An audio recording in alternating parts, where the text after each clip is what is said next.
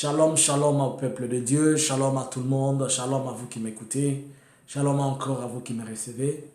C'est moi votre serviteur, moi votre ami, votre collègue, votre petit frère.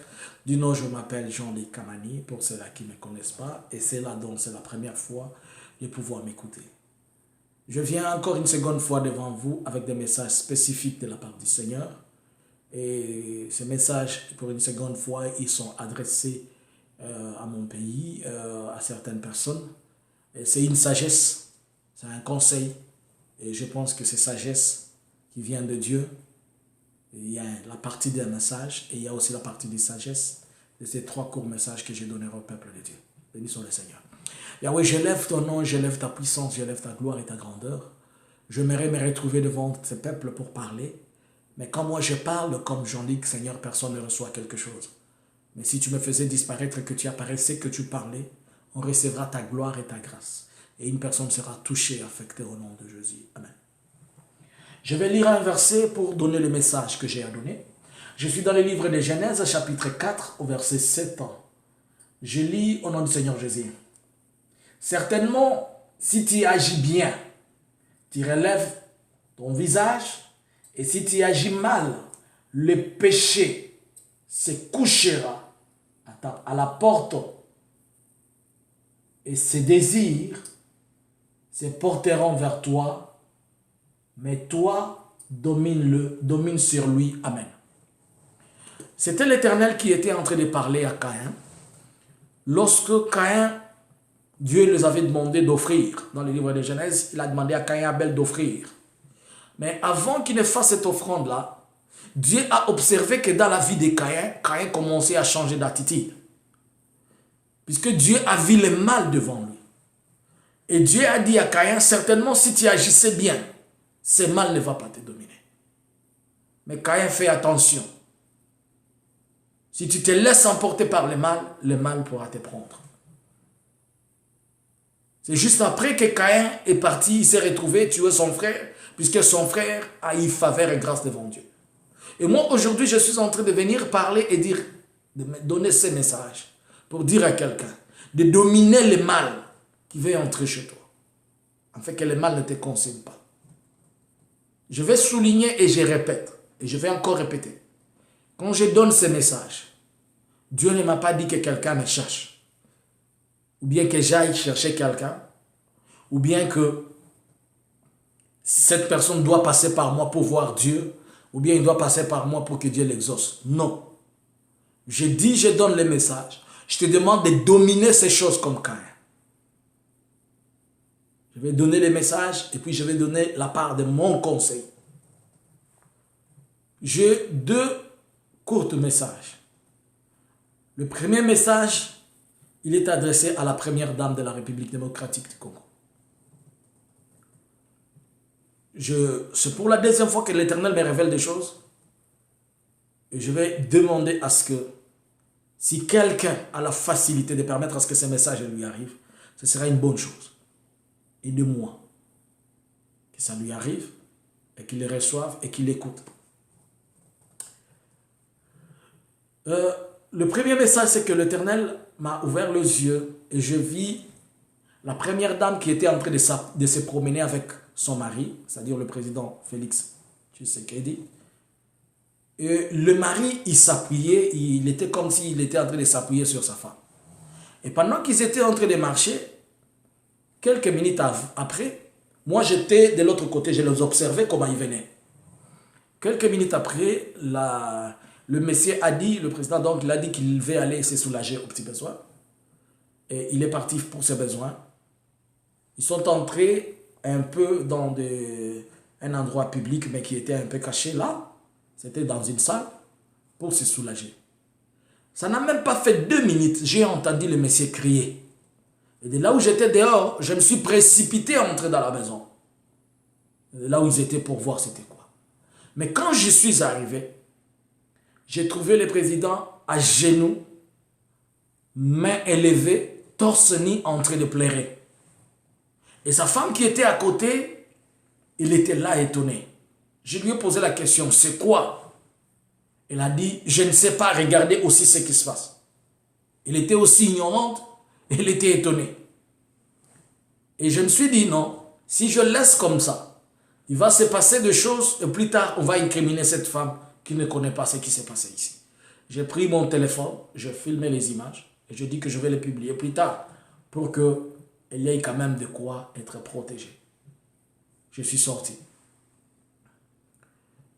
Je vais maintenant interpréter c'est quoi ce message-là. J'ai vu le président s'appuyer sur sa femme. Et depuis que j'avais vu ces choses, j'étais en train de me poser des questions. Quelle est les capacités intellectuelles de cette femme? Le président s'appuyait sur cette femme, c'est pour dire que sa femme a des capacités, des compétences et des talents dont l'Éternel lui a doté comme don, qui va se compléter avec le deuxième message, vous allez comprendre, et que son mari a besoin pour son leadership. Mais alors, il va arriver qu'un mal arrive à son mari pendant qu'ils ne seront que eux deux. Et comme il n'y aura pas de témoins, il n'y aura personne, on risque d'incriminer sa femme, d'être l'autrice, si je peux dire ça, ou l'auteur, à l'origine du mal qui attrape ou qui arrive à son mari. Mais quand je suis arrivé, c'était quoi? Le mari était torse nu et il était en train de crier. Pourquoi? On lui faisait mal par le monde qu'il sert. Je le répète et je le dis. À la main droite, il a autre chose et à la main gauche, il a autre chose. Mais ce qu'il y a sur la main gauche, c'est ce qui domine plus que ce qu'il a sur la main droite. Que les aigles comprennent ce langage. Et maintenant, on lui demande d'avoir une tendance d'être soit chaud et soit froid. Mais dont il n'est pas à mesure d'être froid ou chaud. Et il y a l'ancienne première dame. Plus tard, elle demandera que Dieu justifie ces choses. Je mets la parenthèse, je mets limite là. Et quand ces choses vont se passer, les gens vont penser que sa femme est la personne qui vend son mari. Ou bien sa femme est la personne qui cède son mari. Mais en réalité, la Bible dit tu ne serviras jamais deux maîtres. Tu aimeras l'un et tu haïras l'autre.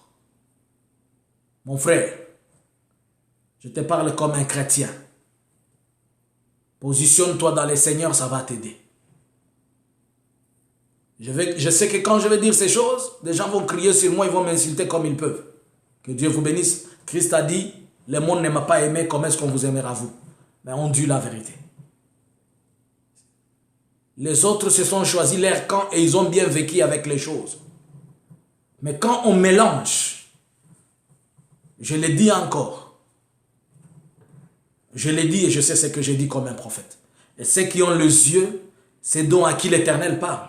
Ils savent de quoi je dis. Car Dieu se certifie, il se confirme plusieurs fois. Prends soit la droite ou soit la gauche.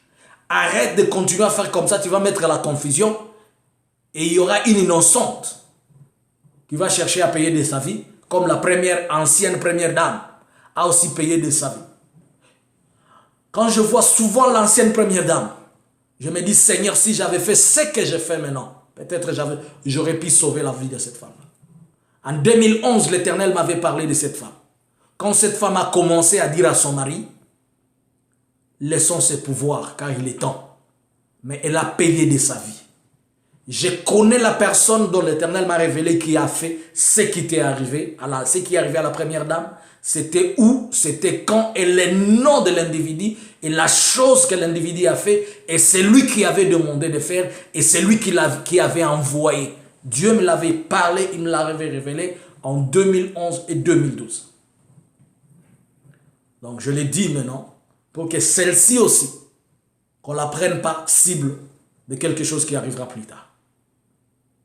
C'est pourquoi je te dis, domine le mal, en fait qu'il ne domine pas sur toi. Je sais que Dieu t'a doté de capacités, de moyens, de compétences que je vis encore dans une autre image. J'ai vu la première dame. Maman Denise.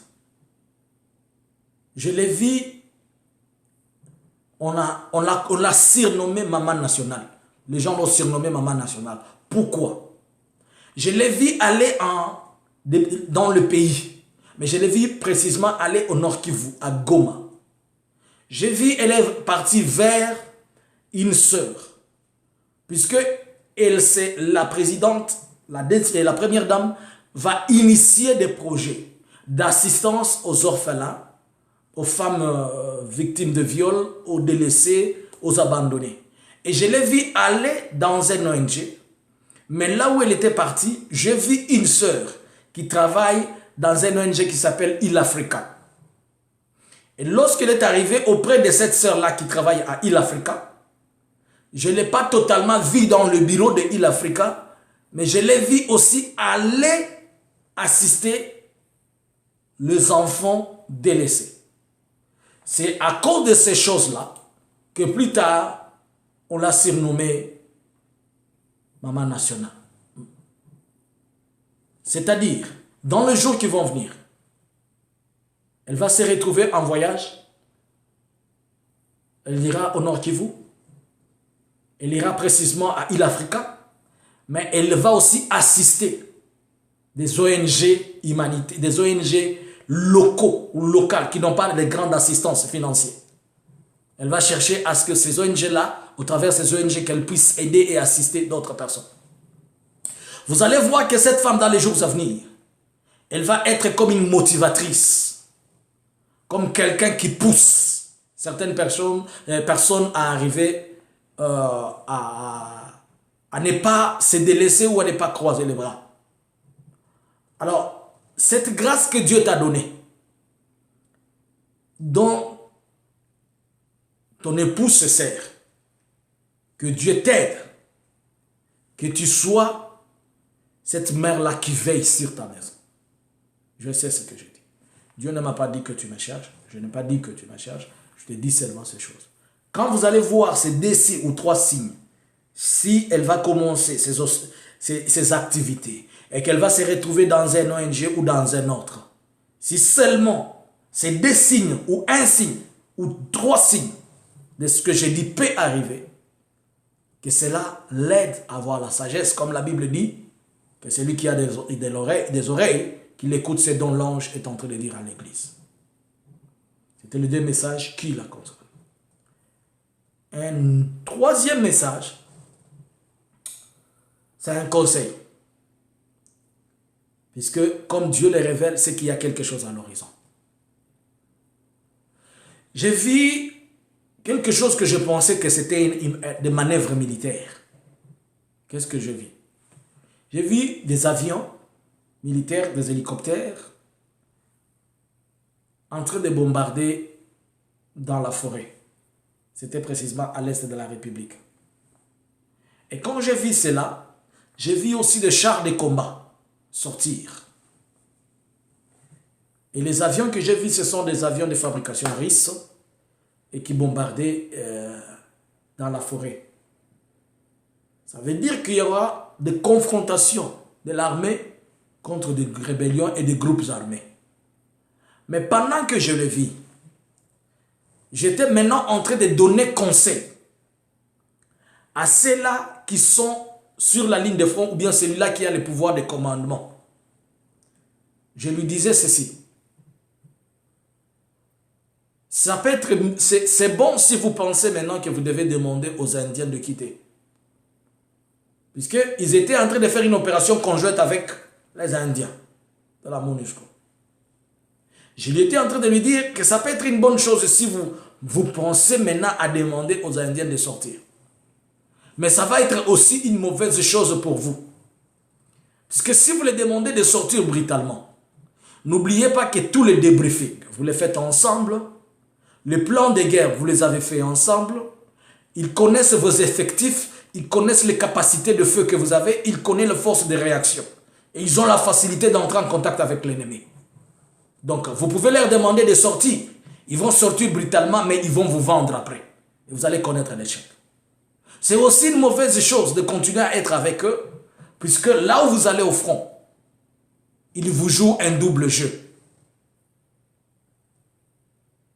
Ils remettent vos stratégies et plans à l'ennemi et en même temps, ils sont en train de vous appuyer.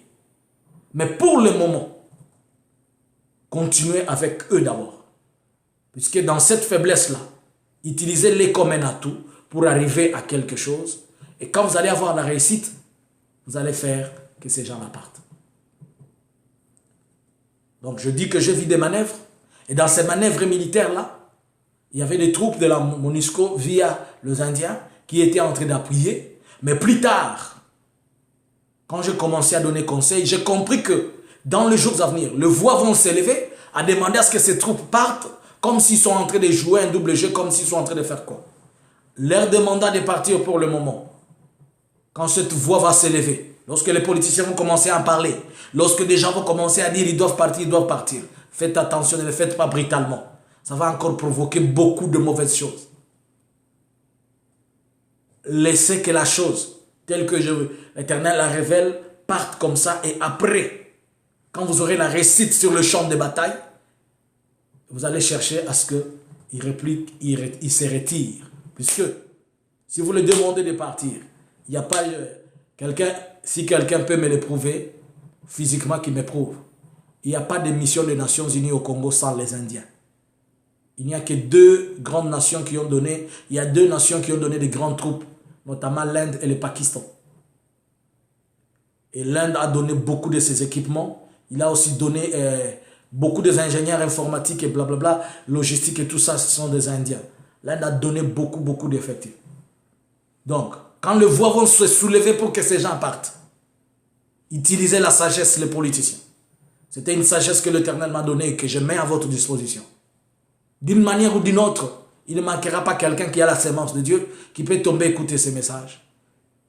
Et lorsque ces choses vont arriver, souvenez-vous, vous allez vous rappeler que Dieu avait parlé au travers d'un instrument pour que ces choses, on sache comment les rendre, comme disent les Anglais, ou bien les traiter. C'était là les deux courts messages que j'avais. Une pour demander à une femme d'avoir la sagesse et de dominer le mal. Dominer le mal pour dire que ça ne se fasse pas emporter par les choses d'une autre personne. Un deuxième message, c'était pour donner conseil à la nation au travers les dirigeants. Que Dieu vous bénisse et que Dieu soit avec vous. Éternel, je prie pour ton peuple. Je prie pour quiconque va écouter ces messages. Et je prie pour quiconque va recevoir ces messages. Qu'il soit béni au nom de Jésus. Cette femme-là à qui vous avez doté de ses capacités, des moyens, laisse-la qu'elle soit suffisamment à mesure de démontrer et mettre en place les valeurs, le talent et les compétences que vous lui avez accordées au nom de Jésus. Amen. Que Dieu vous bénisse et que le Seigneur soit avec vous. C'était moi, votre humble serviteur, Jean-Luc Kamani. Shalom.